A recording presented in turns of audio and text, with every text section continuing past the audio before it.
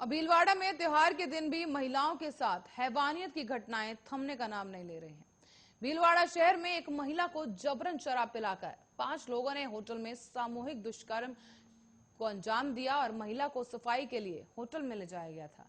बताते चले कि महिला का आरोप है कि कमरे की सफाई के बहाने उसे एक निजी होटल ले जाया गया था। वहां जबरन उसे शराब पिलाई गई और इसके बाद 5 लोगों ने बारी बारी से उसके साथ गैंगरेप किया।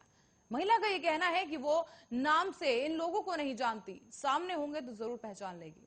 पीड़िता ने शुक्रवार को ही सुभाषनगर थाने में मुकदमा दर्ज कराया और पुलिस ने महिला का मेडिकल करवाया और आरोपियों की तलाश शुरू कर दी है। सुभाषनगर थाना प्रभारी पुष्पा कंसोटिया ने कहा कि महिला मूल रूप से मध्य प्रदेश की रहने वाली है और वो शहर के प्रताप नगर इलाके में रहा करती थी और महिला ने 5 अज्ञात लोगों के खिलाफ सामूहिक दुष्कर्म का मामला दर्ज कराया है। बताते चलें कि मजदूर चौराहा से वो अपने घर जा रही थी जब इस घटना को अंजाम दिया गया। यूआईटी के सामने एक व्यक्ति बाइक लेकर खड़ा हुआ मिला और उसने कहा कि होटल के कमरे की सफाई करनी है। उसने इस काम के लिए 1000 रुपए देने की बात कही तो वही व्यक्ति मुझे सुखड़िया सर्किल के पास से अमित पैलेस नाम के एक होटल ले गया और वहां पहले 3 से 4 लोग कमरे में मौजूद थे। सभी शराब पी रहे थे और उन लोगों ने महिला को भी बैठने के लिए बोला और पलंग पर जब महिला बैठ गई उसके बाद उसे शराब पिलाई गई। इसके बाद उन लोगों ने दुष्कर्म किया। जो व्यक्ति महिला को लेकर गया था उसने भी दुष्कर्म किया। एक व्यक्ति खुद को होटल का मालिक बता रहा था और उसने भी महिला के साथ दुष्कर्म किया। तो वहीं एक कमरे में उसे खींचकर सामने वाली दूसरी ओर कमरे में ले गया और कमरे को लॉक कर दिया गया। पीड़िता ने पुलिस को बताया कि वो किसी का नाम नहीं जानती, लेकिन वो 5 युवकों के चेहरे पहचान लेगी। पुलिस ने इस पूरे संबंध में मामला दर्ज कर जांच शुरू कर दी है और इस संबंध में होटल के स्टाफ और अन्य लोगों से भी पूछताछ की जा रही है।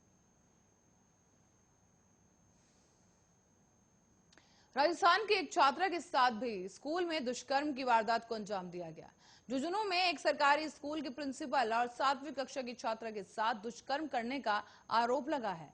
पीड़ित के परिजनों ने शिकायत पर अब 31 साल के आरोपी प्रिंसिपल केशव यादव को गिरफ्तार कर लिया गया है। आरोप यह भी है कि केशव पिछले कई दिनों से पीड़ित छात्रा को अश्लील मैसेजेस भेज रहा था और छेड़छाड़ करने की कोशिश की जा रही थी। जब छात्रा ने स्कूल को दी गई शिक्षक की इस संबंध में जानकारी दी तो उल्टे छात्रा को ही धमकाना शुरू कर दिया गया। शिक्षिका ने बातें किसी को ना बताने को कहा और उसके साथ ही शिक्षिका ने उसका मोबाइल लेकर अश्लील मैसेजेस और फोटो डिलीट कर दिए।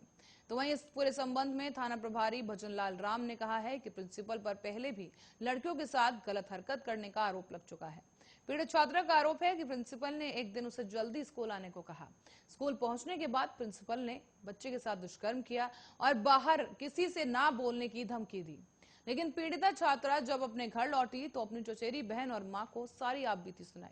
परिजनों ने 13 अक्टूबर को चाइल्ड हेल्पलाइन नंबर पर इसकी सूचना दी और अगले ही दिन 14 अक्टूबर को टीम छात्रा के गांव पहुंची और पीड़िता से पूछताछ करने के बाद आरोपी को गिरफ्तार कर लिया गया। जानकारी के मुताबिक आरोपी प्रिंसिपल को साल 2020 में नौकरी मिली थी और वहीं वो उसी गांव में किराए के मकान पर रहता था।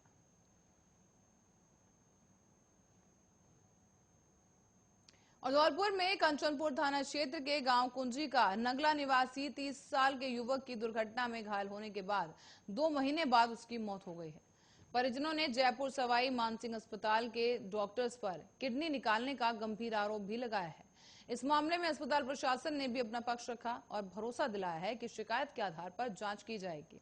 कहा जा रहा है कि मेडिकल बोर्ड पोस्टमार्टम करेगा और सच्चाई सामने आ जाएगी। दरअसल पीड़ित पक्ष ने बाड़ी उप जिला कलेक्टर और कंचनपुर थाना पुलिस को परिवाद दिया है।